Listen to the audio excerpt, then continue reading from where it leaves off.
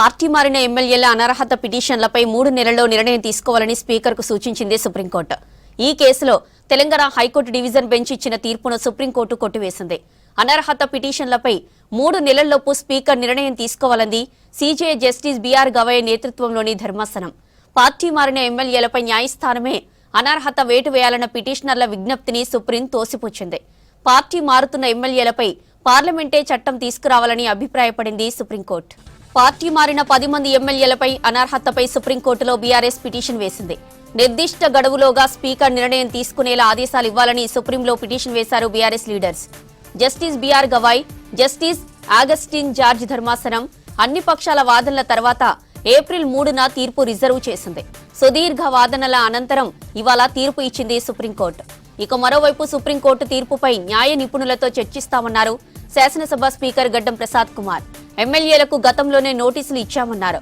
Supreme court తీర్పు copy అందగానే legal experts తో మాట్లాడతామన్నారు speaker. ఎమ్మెల్యేల అనర్హత పిటిషన్లపై సుప్రీంకోర్టు తీర్పును స్వాగతిస్తున్నామన్నారు దేవరకద్ర కాంగ్రెస్ ఎమ్మెల్యే మధుసూదన్ రెడ్డి. సుప్రీంకోర్టు ఇచ్చిన తీర్పు బీఆర్ఎస్ నాయకులకు చెంపపెట్టు అన్నారు. పార్టీ మారిన ఎమ్మెల్యేల అంశం పూర్తిగా శాసనసభ స్పీకర్ కు సంబంధించిన అంశమన్నారు. పార్లమెంటులో ఫిరాయింపులపై చట్టం తెస్తే బాగుంటుందన్న విషయాన్ని సుప్రీంకోర్టు ప్రస్తావించిందన్నారు ఎమ్మెల్యే మధుసూదన్ రెడ్డి. 10 మంది ఎమ్మెల్యేలను డిస్క్వాలిఫై చేయాలని బీఆర్ఎస్ పార్టీకి సంబంధించిన కొందరు నాయకులు సుప్రీంకోర్టును అప్రోచ్ అయిన విషయం మీకు అందరికీ తెలుసు. ఆ కేసు విషయంలో పూర్తిగా వాదనలు విన్న తర్వాత సుప్రీంకోర్టు ధర్మాసనం ఈరోజు తీర్పు ఇవ్వడం జరిగింది. ఆ తీర్పును ఈరోజు మేము పూర్తి స్థాయిలో స్వాగతిస్తూ ఉన్నాం. ఈరోజు సుప్రీంకోర్టు ఇచ్చిన తీర్పు టీఆర్ఎస్ పార్టీ నాయకులకు చెంపపెట్టు లాంటిదని చెప్పేసి నేను ఈ సందర్భంగా తెలియజేస్తా ఉన్నా. ఎందుకంటే ఆ తీర్పులో ఈ నిర్ణయాధికారం అనేది స్పీకర్కి సంబంధించిన అంశం. దీంట్లో మేము ఇంక్లైన్ కానికే ఉండదు.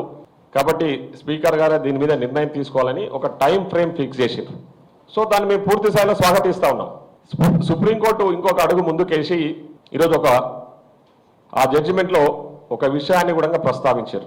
పార్లమెంటులో ఈ పార్టీ ఫిరాయింపులపై పార్లమెంటులో ఒక చట్టం చేస్తే బాగుంటుంది, చట్టం చేస్తేనే ఇవన్నీ జరగకుండా ఉంటాయని చెప్పే విధంగా ఒక స్టేట్మెంట్ కూడా, అంటే దాంట్లో ఒక ఫైండింగ్ కూడా ఇచ్చిన విషయాన్ని కూడా మేము స్వాగతిస్తూ ఉన్నాం. ఎందుకంటే మేము ప్రజాస్వామ్యం మీద న్యాయ వ్యవస్థ మీద గౌరవం ఉన్న వ్యక్తులం కాబట్టి దాన్ని పూర్తి